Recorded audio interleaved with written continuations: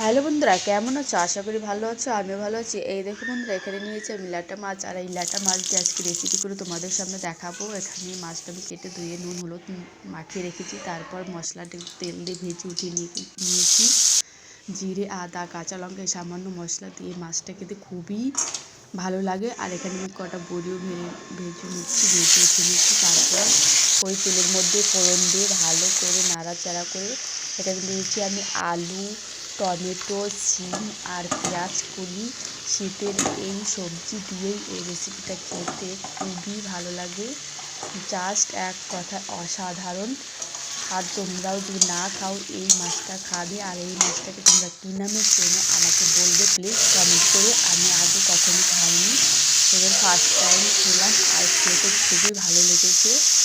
আর দেখো, স্বাদ মতো নুন হলুদ দিয়ে ভালো করে কষিয়ে পরিমাণ মতন জল দিয়ে দিয়েছি। তার কিছুক্ষণ বাদে ফিরে আসলাম। যখন জলটা টকবক করে ফুটছে তখন আমি ভেজে রাখা মাছটা আর বড়িটা দিয়ে ভালো করে নাড়াচাড়া করে দিচ্ছি।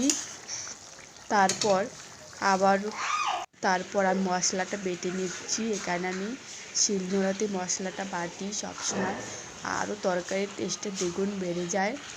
তারপর আবারও কিছুক্ষণ পর ফিরে আসলাম। মশলাটা দিয়ে ভালো করে নাড়াচাড়া করে নিচ্ছি। তার কিছুক্ষণ পর আবার একটু রেখে দেবো জাল হতে। তারপর কিছুক্ষণ পরে আবার ফিরে আসি।